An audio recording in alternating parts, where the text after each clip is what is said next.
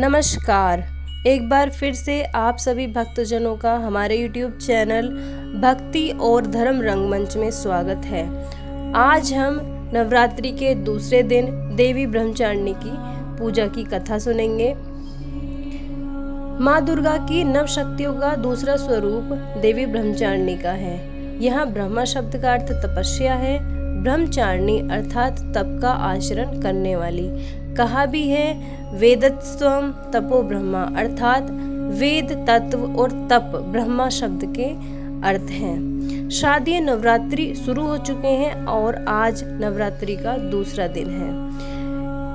9 दिन तक हम देवी माँ की पूजा करते हैं। देवी माँ के अलग अलग रूपों की पूजा करते हैं। ब्रह्मचारिणी देवी का स्वरूप पूर्ण ज्योतिर्मय एवं अत्यंत भव्य है। इनके दाहिने हाथ में जप की माला और बाएं हाथ में कमंडल रहता है। चलिए शुरू करते हैं कथा को। अपने पूर्व जन्म में जब ये हिमालय के घर में पुत्री रूप में उत्पन्न हुई थी, तब नारद के उपदेश से इन्होंने भगवान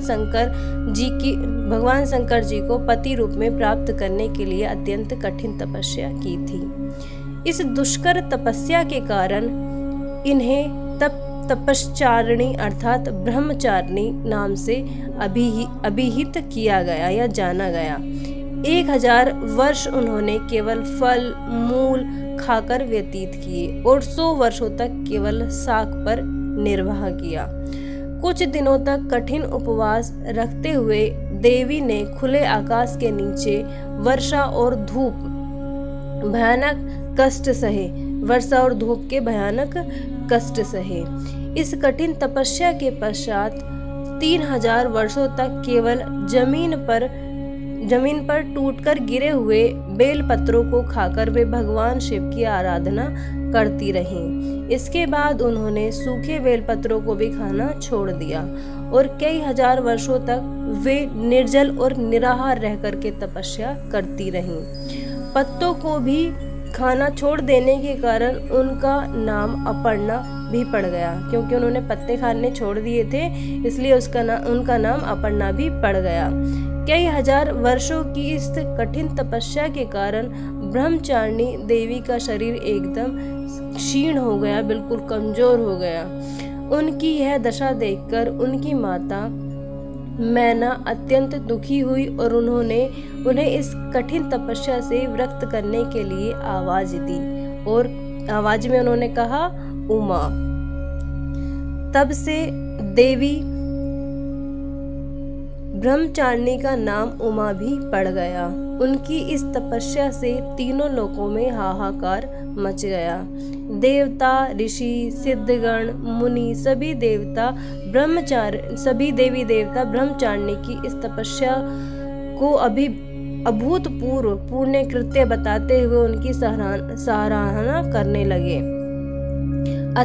अंत में पितामह ब्रह्मा जी ने आकाशवाणी के द्वारा उन्हें संबोधित करते हुए कहा, हे देवी, आज तक किसी ने ऐसी कठोर तपस्या नहीं की है जैसी तुमने की है। तुम्हारे इस अलौकिक कृत्य की चारों ओर सराहना हो रही है। तुम्हारी मनोकामना परिपूर्ण होगी। भगवान चंद्रमौली शिव जी तुम्हें पति रूप में प्राप्त अवश्य होंगे। अब तुम तपस्या से विरक्त होकर घर लौट जाओ। शीघ्र ही तुम्हारे पिता तुम्हें बुलाने आ रहे हैं। तो ये थी आज की व्रत कथा। पूजा से क्या लाभ होता है? देवी ब्रह्मचारिणी की आराधना से अनंत फल की प्राप्ति एवं तप, त्याग, वैराग्य, सदाचार, संयम जैसे गुणों की वृद्धि होती है। जीवन के कठिन संघर्षों में भी व्यक्ति अपने कर्तव्य से विचलित नहीं होता। माँ ब्रह्मचारिणी देवी की कृपा से उसे सर्वत्र सिद्धि और विजय की प्राप्ति होती है। लालसाओं से मुक्ति के लिए माँ ब्रह्मचारिणी का ध्यान लगाना अच्छा होता है। तो ये थी आज की कथा। आपको यह कथा कैसी लगी कमेंट बॉक्स में ज़रूर बताना और जय माता दी करके ज़रूर लिखना। अगर आप हमारे YouTube चैनल पर नए आए हैं तो वीडियो को लाइक करना और चैनल को सब्सक्राइब करना ना भूलें।